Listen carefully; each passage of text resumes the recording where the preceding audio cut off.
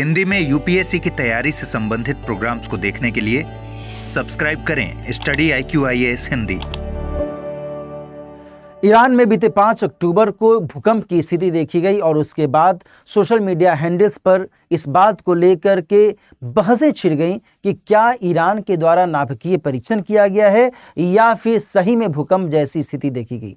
दरअसल क्या हुआ, इसके बारे में हम लोग आज की चर्चा में बातचीत करेंगे। सामने यहाँ आप पैनल पर एक खबर देख रहे हैं जिसमें यह बताया गया है कि ईरान के सेमनान प्रांत में एक जगह है अरादान, वहीं पर भूकंप के बारे में जानकारी मिली। लगभग 4.5 मैग्नीट्यूड का ये भूकंप आया था और जो इसका एपिसेंटर था भूकंप का, यानी अधिकेंद्र जिसे हम लोग हिंदी में कहते हैं, यह सतह से लगभग 10 किलोमीटर नीचे था।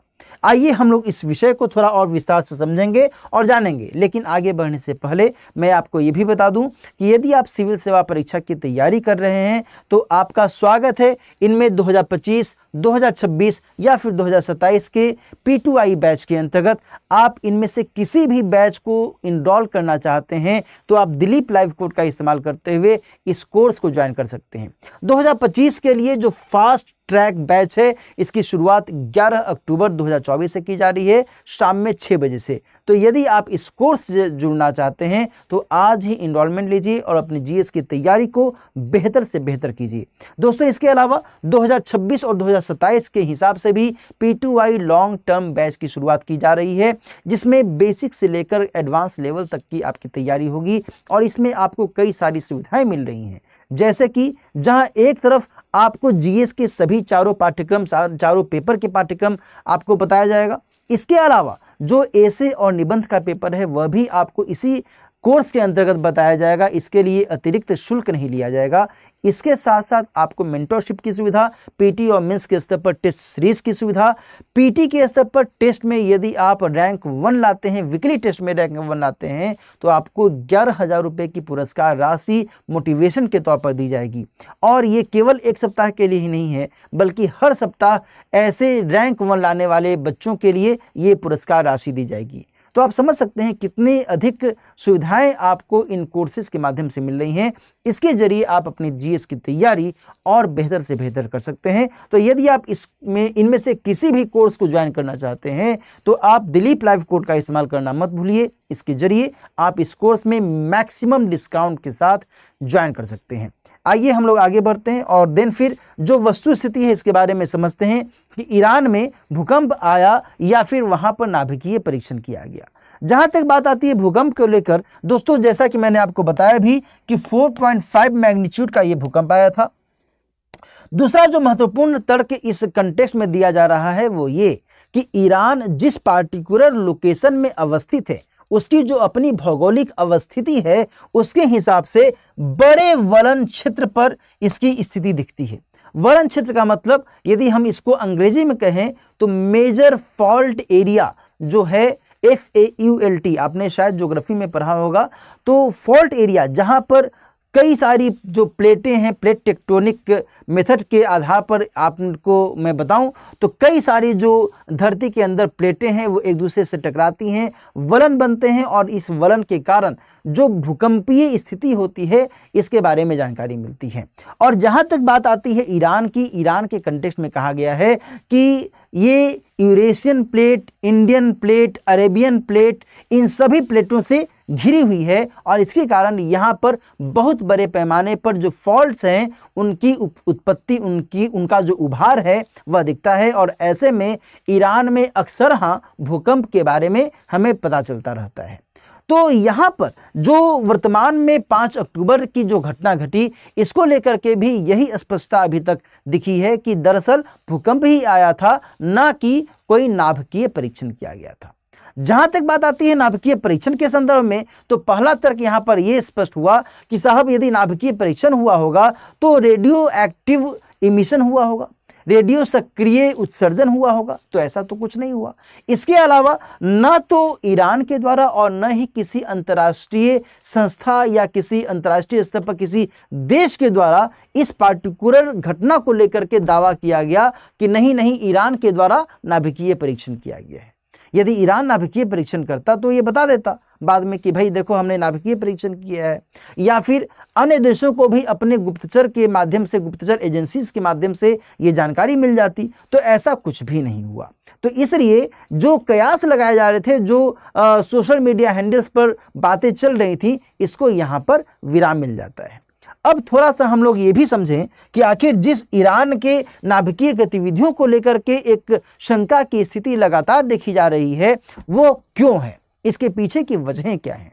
दरअसल दोस्तों ध्यान रखिएगा कि साल 2015 में अमेरिका, रूस, ब्रिटेन, चीन जैसे देशों के साथ ईरान की एक वार्ता हुई थी। एक बहुत ही महत्वपूर्ण बैठक के बाद ये निर्णय लिया गया था कि ईरान अपने परमाणुविक क्षमता को नियंत्रित करेगा और इसके एवज में ईरान को अंतर्राष्ट्रीय स्तर पर जो प्रतिबंधों का सामना करना पड़ता है, उन प्रतिबंधों से छूट मिलेगी और इसे JCPOA कहा गया, यानी कि joint comprehensive plan of action के तहत ये बातें निकलकर सामने आई थी।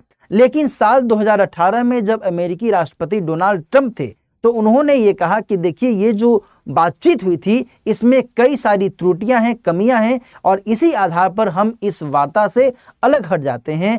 और देन आफ्टर, और इस संदर्भ में ईरान के साथ जो वार्ता की गई थी अब वो समाप्त हो गई। इसके बाद ईरान को खुली छूट मिल गई और उसने लगातार अपने यूरेनियम संवर्धन को लेकर के जो प्रोग्राम्स है वो आगे बढ़ाने शुरू कर दिए। दोस्तों यहाँ पर आप इस इमेज को देख रहे होंगे। इस इमेज के माध्यम से आप समझ सकते हैं कि सामान्य तौर पर जो नेचुरल यूरेनियम यानी प्राकृतिक यूरेनियम होता है, उसमें यूरेनियम 235 की जो मात्रा होती है वो बहुत ही कम होती है। सामान्य तौर पर यूरेनियम 238 की मात्रा प्राकृतिक यूरेनियम में सबसे ज़्यादा होती है। लेकिन जब हम यूरेनियम को इनरिच करने की बात करते हैं, जब हम उसको संवर्धित करने की बात करते हैं, तो इसमें यूरेनियम 235 की मात्रा धीरे धीरे बढ़ाई जाती है और जब इसकी मात्रा 90% प्लस हो जाती है, तब हम इसका इस्तेमाल हथियार के स्तर पर भी कर सकते हैं। और यही स्थिति यहाँ पर देखी जा रही है कि नेचुरल यूरेनियम में जहाँ 0.7% यूरेनियम 235 है, इसके बाद इसे थोड़ा और बढ़ाया गया, 5% तक किया गया, तो इसे लो इनरिच्ड कहा जाता है, यानी कि इसका इस्तेमाल सामान्य तौर पर जो नाभिकीय ऊर्जा है उसके लिए किया जा सकता है। इसके बाद इसे और अधिक बढ़ाया गया तो 20% यूरेनियम 235 का इस्तेमाल और बेहतर तरीके से नाभिकीय ऊर्जा के लिए किया जा सकता है। देन आफ्टर, यानी कि न्यूक्लियर रिसर्च रिएक्टर आदि में इसका इस्तेमाल किया जा सकता है। देन आफ्टर 90% यदि यूरेनियम 235 हमने इनरिच्ड कर दिया, संवर्धित कर दिया, तो इसे वेपन्स ग्रेड के तौर पर अपनाया जा सकता है। और ऐसे में ये जानकारी मिलती है कि यदि ईरान इस तरीके से सफलता प्राप्त करता है तो फिर कम से कम 3 से 4 एटॉमिक बम वो आसानी से बना सकता है। एट प्रेजेंट जो उसकी अपनी प्रगति है इस क्षेत्र में, वो इसी को इंडिकेट कर रही है। और इसी के कारण कई सारे देश, अमेरिका, इजराइल जैसे देश इस बात को लेकर लगातार सचेत रहते हैं कि कहीं ईरान के द्वारा एटॉमिक बम का विकास तो नहीं किया जा रहा। हालांकि इस बात को लेकर के भी खबरें आती रही हैं कि वर्तमान में ईरान जिस तरीके से यूरेनियम इनरिचमेंट को लेकर के गतिविधियां कर रहा है, ऐसे में अभी इसे लंबा समय लगेगा एटॉमिक बम में सफलता हासिल करने में।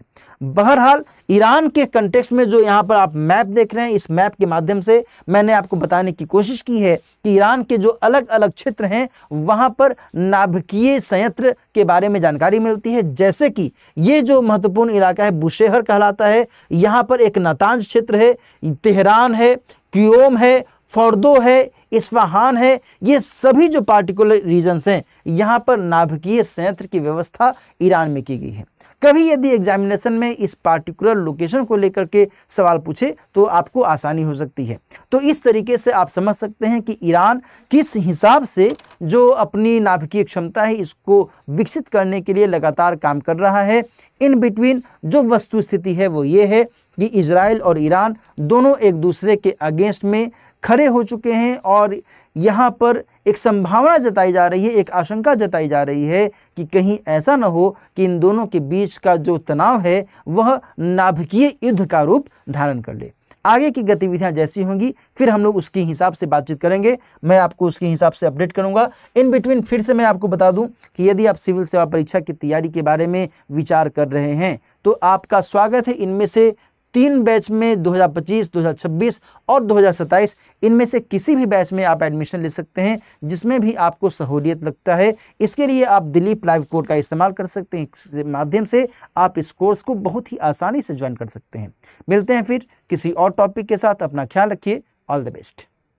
हिंदी में यूपीएससी की तैयारी से संबंधित प्रोग्राम्स को देखने के लिए सब्सक्राइब करें स्टडी IQ IAS हिंदी।